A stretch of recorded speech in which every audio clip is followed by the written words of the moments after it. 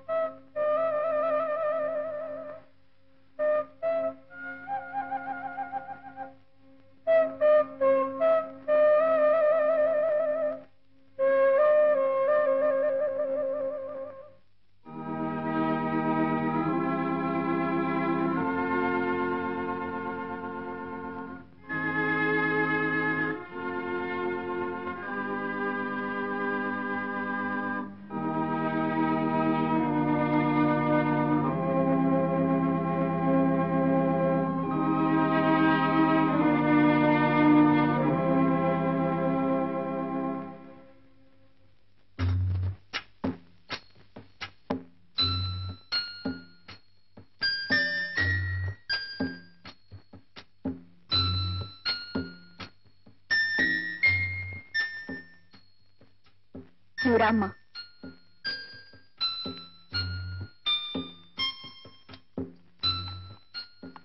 ఏమ్మా బండి కావాలా?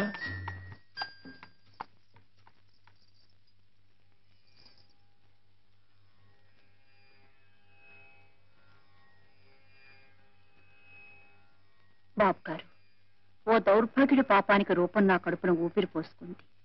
అదృష్టాన్ని మించి ఆశించానేమో. జీవితాంతం మీ పాదసేవ చేసుకోవాలన్న నా కోరికగానే మిగిలిపోయింది. అందుకే పుట్టబోయే నా బిడ్డకి మీ పేరు పెట్టి పిలుచుకుంటాను. మీకు అభ్యంతరమా బాబు గారు? మీరే చెప్పేవారు శంకరాభరణం అంటే విషనాగు అని. ఆ విషకీటకం శంకరుడికే ఆభరణమైందని. నాలో రూపం దిద్దుకుంటున్న విషబీజం ఈ శంకరుడి పాదాల చెంతకు చేరుకోగలిగితే నాకు ఆనందం చాలు బాబు. ఎక్కడమ్మా?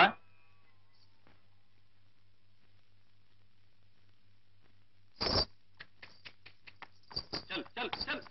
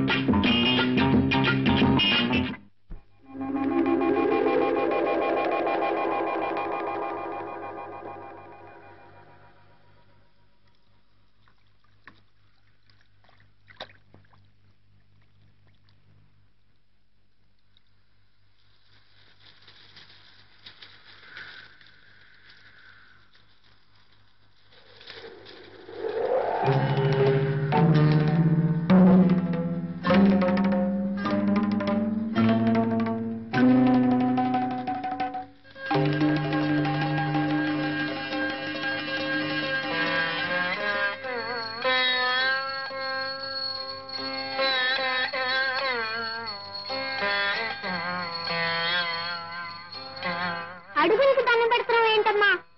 నీకు చెప్పాని మనకి తల్లి తండ్రి గురువు దైవం అని. ఆయన అడుగుతాడలు బాబు ఇవి. శంకర శాస్త్రి గారివా? ఏరి hello Shankar Shastri, how are you aerial Shastri? Hello Shankar Shastri, how you angel Shastri Lambodara రఘుమికరా ఓ అంబా దూత అమార వినూత సరిగమ పదని మేసి ఓ poor Shastri hello Shankar Shastri how are you angel Shastri Lambodara రఘుమికరా ఓ అంబా దూత అమార వినూత సరిగమ పదని మేసి ఓ పూర్ శాస్త్రి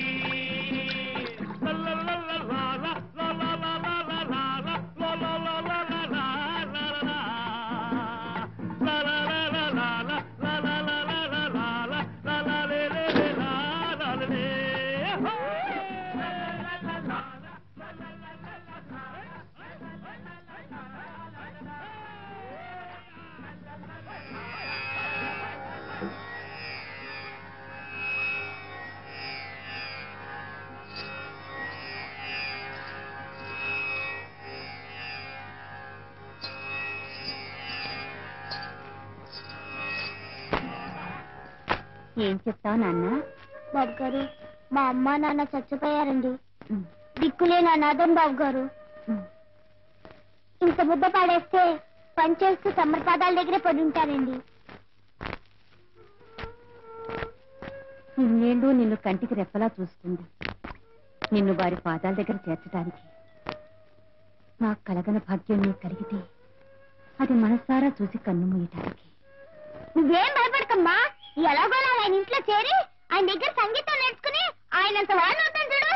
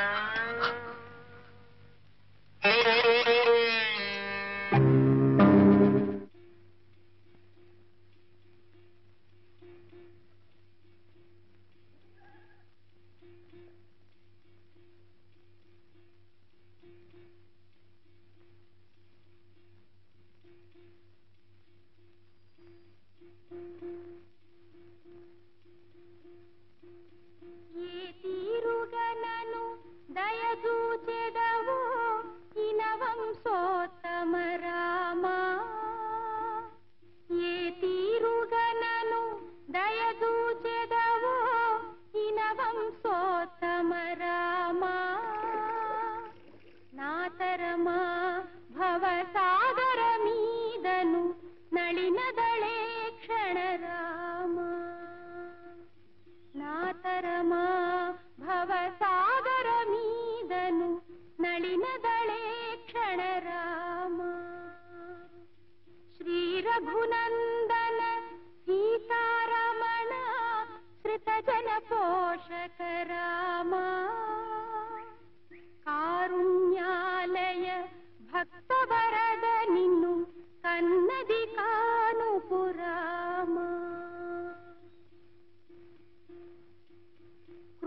కర్మములు నేరక చేసి నేరములెంతకు రామా క్రూర కర్మములు నేరక చేసి నేరములెంతకు రామా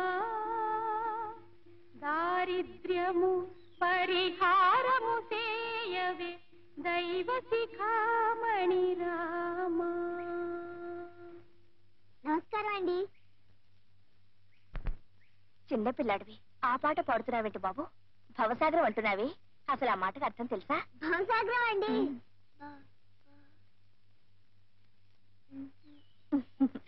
భవసాగరం అంటే పెద్దవాళ్ళకి కష్టాలు ఖర్చులు పెళ్ళిళ్ళు పేరంటాలు రోగాలు రుష్టులు వస్తాయి చూసావా, అప్పుడు వాటన్నిటినీ తట్టుకోలేక ఈ సంసారం అనే సముద్రాన్ని ఈదలేకపోతున్నావు అంటారు, అదన్నమాట.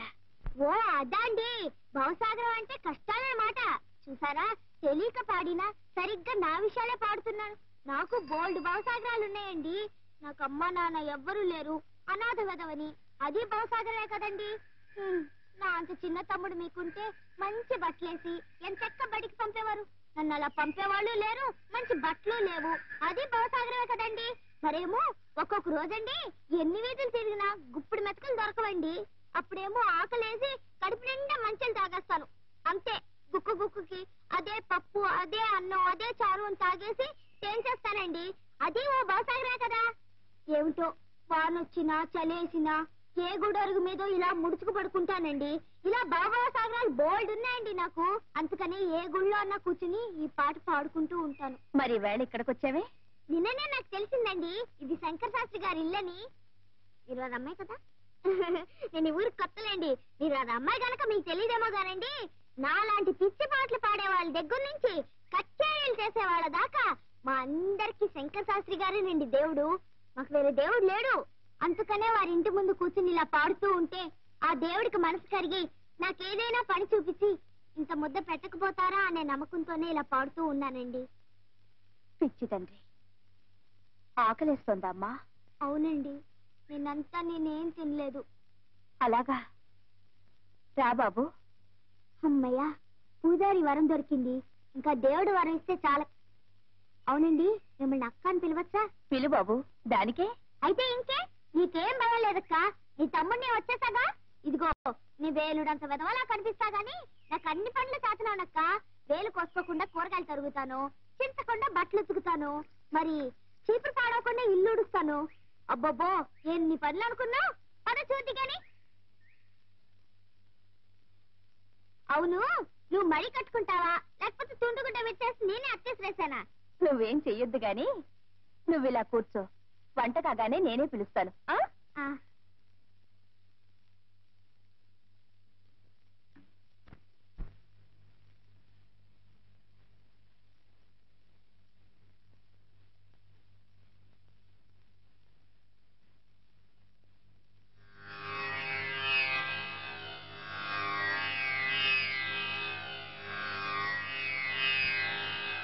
ఆ ఇంటి గుమ్మం తాకితేనే చాలు బాబు, తంబుర నాదం వినిపిస్తుంది.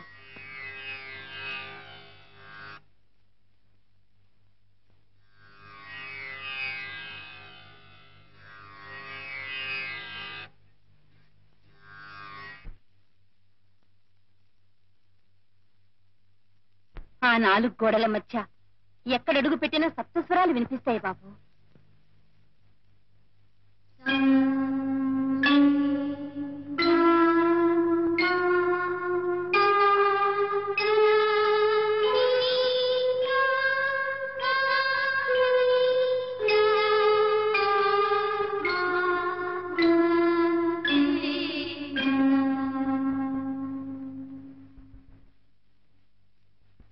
ఆ ఇల్లే సంగీత సరస్వతికి ఆలయం బాబు.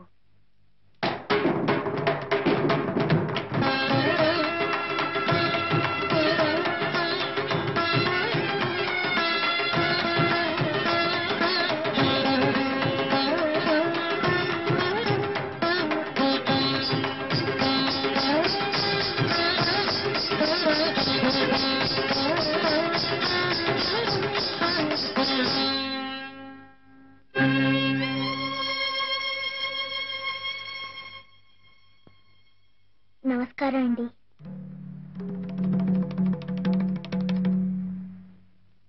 శారదా, ఈ కుంకం లోపలికి నువ్వు రానిచ్చావు? నేను కుంకన్ కాదు బాబు గారు, శంకరాన్ని. నేనేమో నువ్వు చెప్పక్క. పాపం దిక్కు మొక్కు లేని అనాథ పిల్లాడట నాన్న. ఇంత ముద్ద పడేస్తే ఇక్కడే పనిచేస్తూ పడుంటానన్నాడు. అందుకని జాలేసి నేనే ఉండమన్నాను. నిన్న కూడా నీ మాట అడుగుదానే వచ్చాను బాబు గారు. తమ తలుపు తీసే లోపు ఆ ఎదురింట్లో ఉన్న భూసాలు లేరండి, వాళ్ళ అరుపులో కేకలు విని వాళ్ళని ఎక్కిరిస్తూ ఇలా ఇలా నడువుతారండి. తమ తలుపు తీసి టాప్పని ఒకటి ఇచ్చారు. తమరు కొట్టినా సరే కోసినా సరే మీ పాదాల దగ్గరే పడి ఉండాలని వచ్చాను బాబు గారు.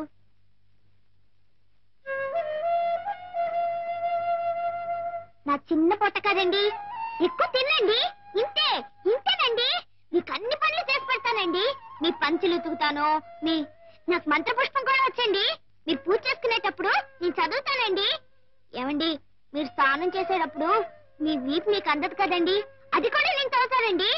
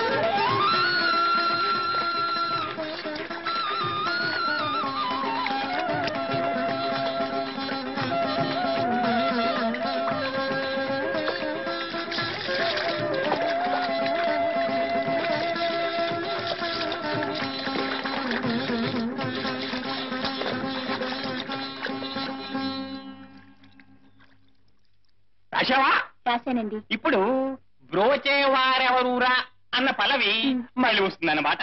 అది మీ ఇంట్లో రికార్డులు అవి చాలా ఉన్నాయి కదా? ఉన్నాయండి. ఈ కీర్తన ఎప్పుడైనా విన్నావా? విన్నాను మాస్టారు. ఎలా విన్నావో పాడు. బ్రోచేవారెవరురా నిను వినా రఘువరా. ఆపే అదే మీకు నాకు ఉన్న వ్యత్యాసం.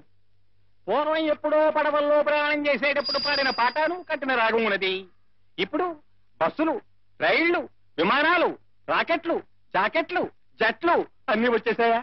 స్పీడు, లోకమంతా స్పీడే. మన దైనందిన జీవితంలో ఎలా అయితే స్పీడ్ వచ్చిందో అలాగే సంగీతంలో కూడా రావాలి. ఈ విషయంలో నేను చాలా ప్రయోగాలు చేశాను. కొత్త రాగాలు కనిపెట్టాను, కట్టాను. నిజానికి నాలాంటి మేధావి దగ్గర నువ్వు సంగీతం నేర్చుకోవడం అనేది నీ అదృష్టమే అనుకో. ఇంతకన్నా విషయంలో నేనేం చెప్పలేను. ఈ పాట అసలు ఎలా పాడాలంటే, ఎలా పాడాలండి? బ్రోచేవారెవరురా నేను వినా రఘువరా, నన్ను బ్రోచేవారెవరురా నేను వినా తట రఘువర తట నీ చరణం భుజములనే విడదాల కరుణ బ్రోచేవారెవరురా ఓ చతుర నానా త్రివందిత నీపు పరా కేలనయ్య ఓ చతుర నానా త్రివందిత. శంకరభరణం గారా, రండి. ముఖ్యంగా మీలాంటి ఛాందసులు నాలాంటి మేధావులు చేస్తున్న ఈ ప్రయోగాలు తప్పకుండా వింతీరాలి. అక్షరాల్ని నీ ఇష్టం వచ్చినట్టు విరిచేసి భావాన్ని నాశనం చేయడమేనటయ్యా ప్రయోగం.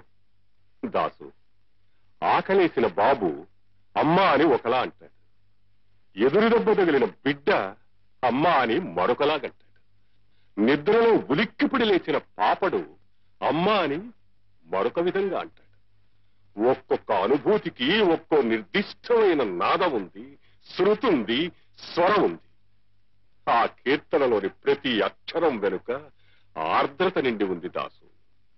తాదాత్మ్యం చెందిన ఒక మహామనిషి గుండె లోతుల్లోంచి తనకు తానే గంగాజలంలా పెళ్ళుబికిన గీతం అది, రాగం అది. మిడిమిడి జ్ఞానంతో ప్రయోగం పేరిట అమృతతుల్యమైన సంగీతాన్ని అపవిత్రం చేయకయ్యా. మన జాతి గర్వించదగ్గ ఉత్తమోత్తమైన సంగీతాన్ని అపభ్రంశం చేయకు. ఏమిటో ఈ గోళ? ఆయన పాటే కాదు, మాట కూడా అర్థమై చావదు నాకు. ఆండాళ్ళు, నీకేమైనా అర్థమైందా? బాగా అర్థమైంది మాస్టారు. తుడిచేయి, బుర్రలోంచి బుద్ధులు పోయి. ఇప్పుడు పాట నేర్చుకోమ్మా. నీకేం రాదు పో, నీ దగ్గర నేనేం నేర్చుకోను. ఆండాళ్ళు, ఆండాళ్ళు, ఆండాళ్ళు.